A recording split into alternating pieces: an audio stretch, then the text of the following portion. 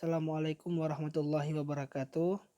Baiklah, kami dari kelompok 5 akan mempresentasikan hasil kerja kelompok kami.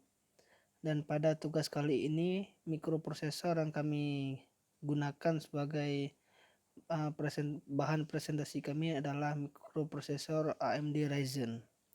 Sebelumnya saya akan memperkenalkan anggota kelompok 5, yaitu Aksal Azkia sebagai ketua kelompok, Muhammad Aldi, Fahmi Ardiansyah, kemudian saya sendiri Muhammad Yusuf Kardawi dan Nasrullah.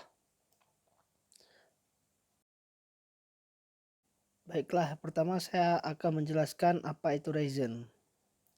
Ryzen adalah sebuah merek mikroprosesor yang dirancang dan dipasarkan oleh AMD ataupun perusahaan di Amerika Serikat, Advanced Micro Device, untuk desktop, seluler, dan platform tertanam berdasarkan mikroarsitektur Zen.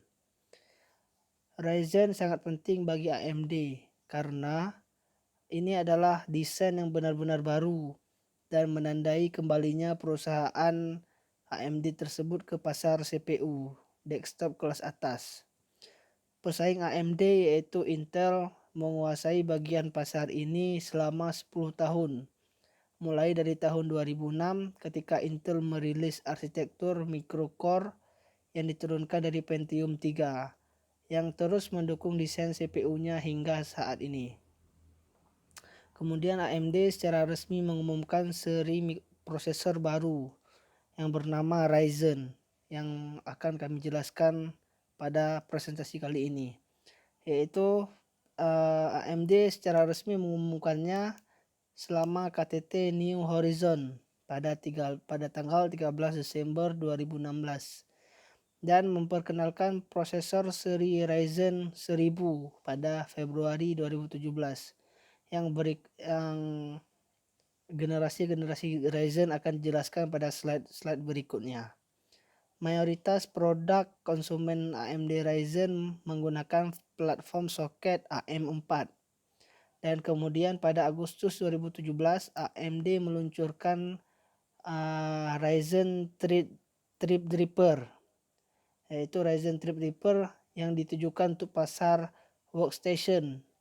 Dan pada AMD Ryzen Threadripper ini menggunakan soket yang berbeda, yaitu soket TR4 dan STRX4 yang lebih besar dan mendukung saluran memori tambahan dan jalur PCI Express.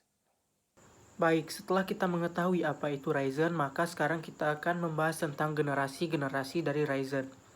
Yang pertama ada Ryzen generasi pertama. AMD secara resmi mengumumkan produk Ryzen 14 nanometer dalam acara bertajuk New Horizon pada 13 Desember 2016. Dan pada bulan Februari, AMD menunjukkan prosesor pertama dengan CPU 8 core 16 thread yang dirilis pada tanggal 2 Maret tahun 2017. Selanjutnya ada Ryzen generasi kedua. CPU Ryzen generasi kedua menggunakan arsitektur Micro Zen Plus yang dibangun pada proses 12 nanometer dan dirilis pada April 2018. Generasi ini memiliki peningkatan instruksi per siklus atau IPC dan clock speed sebesar 3% dan 6%, yang memberikan peningkatan performa sebesar 10% dibandingkan dengan generasi sebelumnya. Selanjutnya akan dijelaskan oleh teman saya. Terima kasih. Di sini saya akan menjelaskan tentang Ryzen generasi ketiga.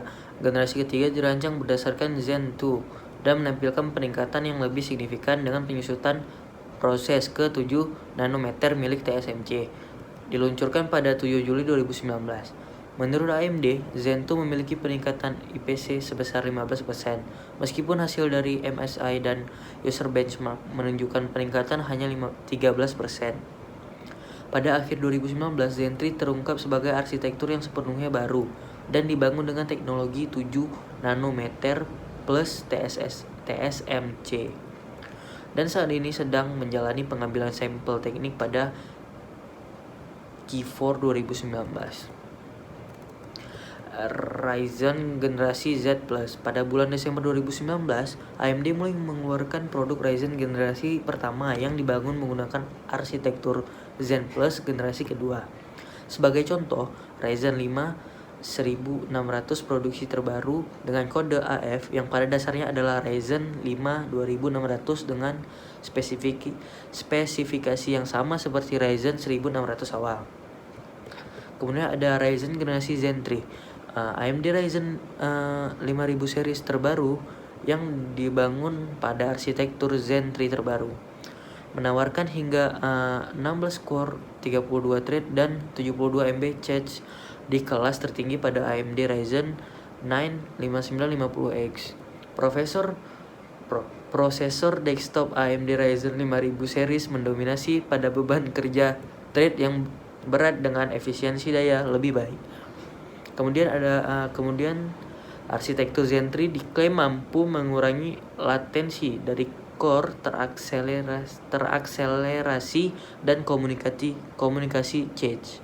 Selain itu, ia mampu mengandalkan L3 cache per core yang dapat diakses langsung sambil memberikan performa per watt 2,8 kali lebih tinggi dibandingkan kompetitor.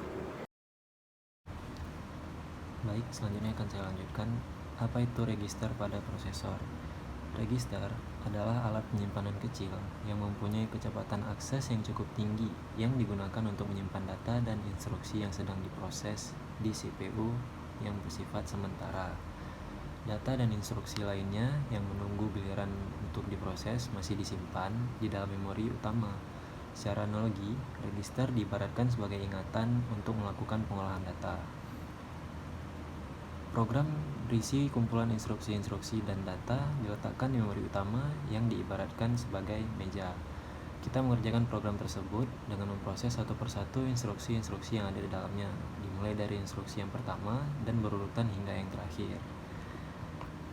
Kemudian ada general purpose register. Di antaranya adalah yang pertama digunakan untuk mode pengalamatan dan data.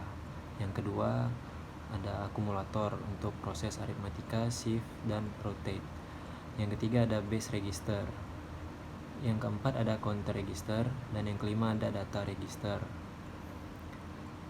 Selanjutnya cara kerja register.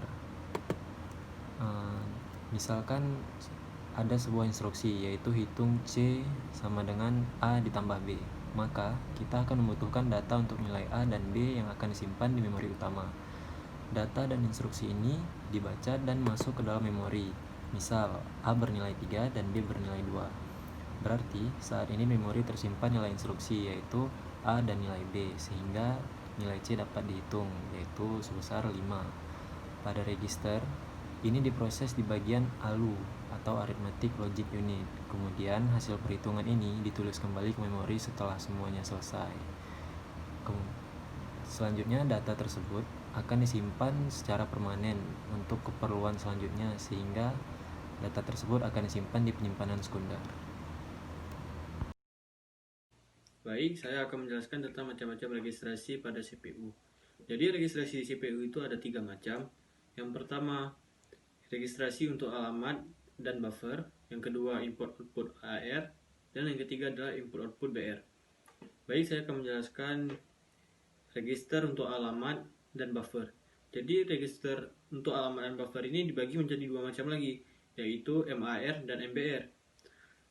MAR atau Memory Address Register difungsikan untuk mencetak alamat memori yang akan diakses, sedangkan MBR kepanjangan dari Memory Buffer Register yang digunakan untuk menampung data yang akan ditulis ke memori yang alamatnya ditunjuk oleh MAR, atau untuk menampung data dari sebuah memori.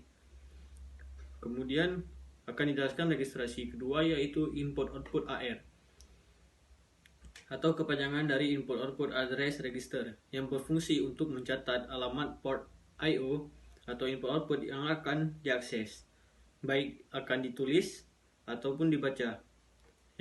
Baik, yang ketiga ada input-output BR atau kepanjangan dari input-output buffer register yang digunakan untuk menampung data yang akan dituliskan ke port yang alamatnya ditunjuk oleh input-output AR atau input-output address register, atau fungsi lainnya adalah untuk menampung data dari sebuah port yang alamatnya ditunjuk oleh input-output AR atau address register yang akan dibaca.